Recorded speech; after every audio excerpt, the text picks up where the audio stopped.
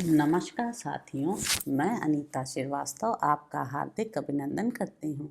श्रीमद् वाल्मीकि रामायण में आज का प्रसंग है सुमंत्र का अयोध्या को लौटना।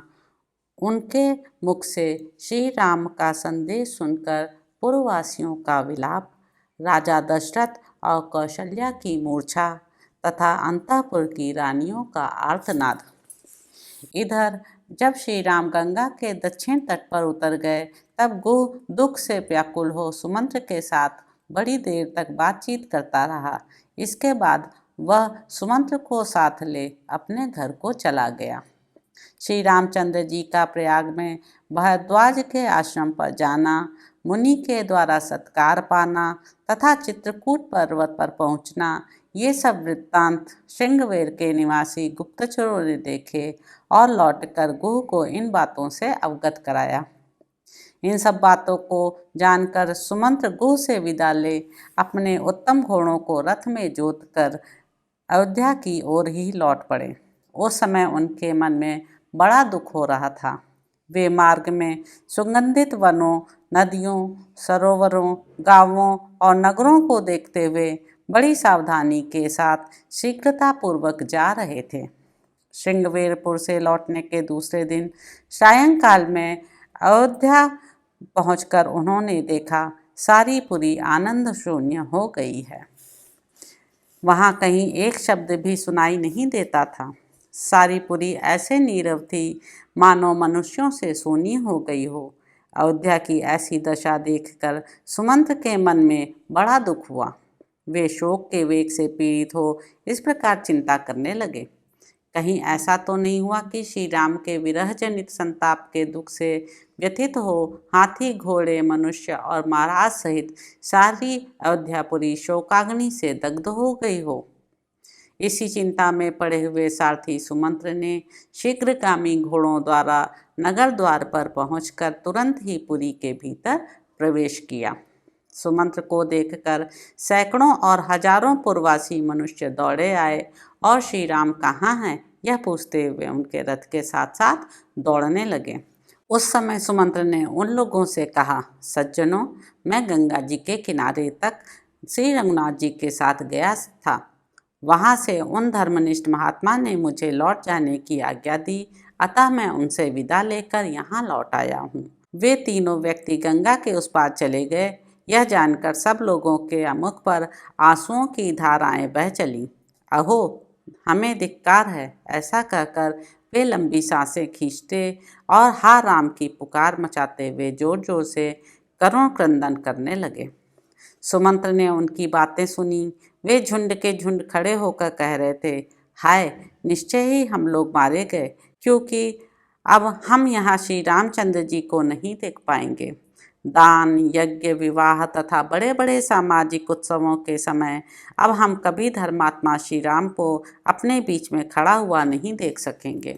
अमुक पुरुष के लिए कौन सी वस्तु उपयोगी है, क्या करने से उसका प्रिय होगा और कैसे किस किस वस्तु से उसे सुख मिलेगा, इत्यादि बातों का विचार करते हुए श्री रामचंद्र जी पिता की भांति इस नगर का पालन करते थे। बाजार के बीच से निकलते समय सारथी के कानों में स्त्रियों के रोने की आवाज़ सुनाई दी, जो महलों की खिड़कियों में बैठकर श्री राम के लिए ही संतप्त हो विलाप कर रही थीं। राजमार्ग के बीच से जाते हुए सुमंत्र ने कपड़े से अपना मुंह ढक लिया।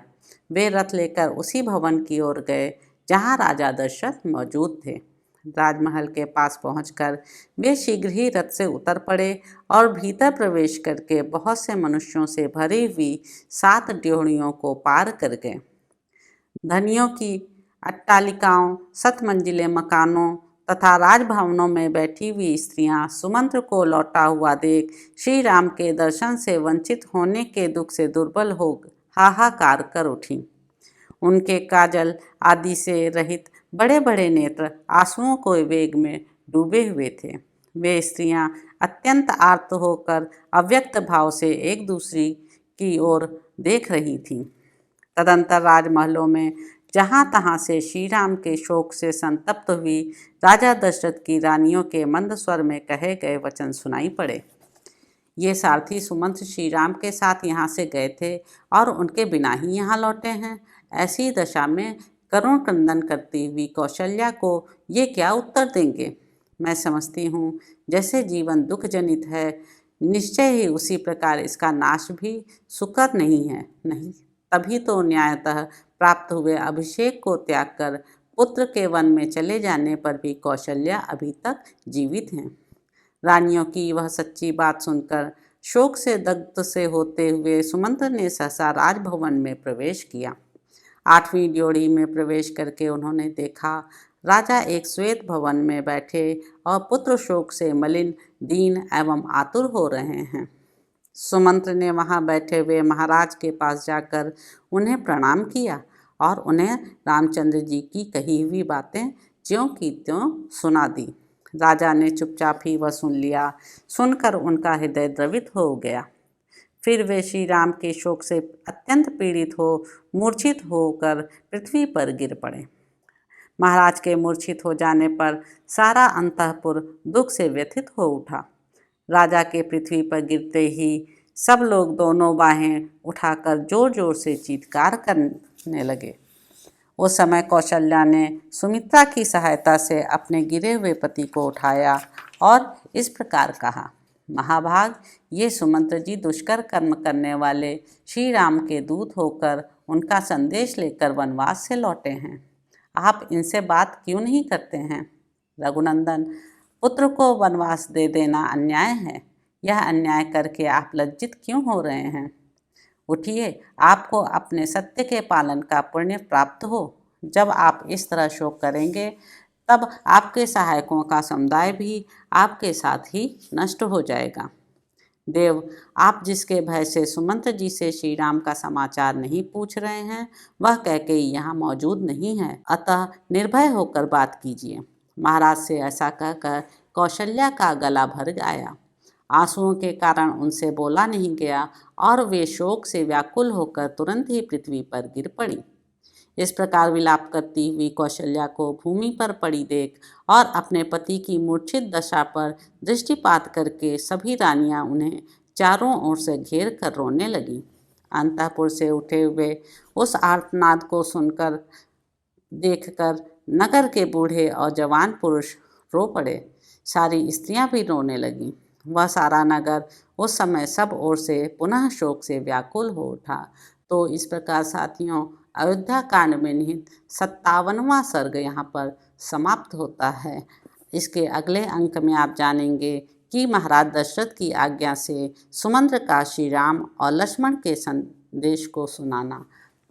आशा है आपको यह अच्छा लगा होगा। आपसे अगले अंक में मुलाकात होगी। धन्यवाद साथियों।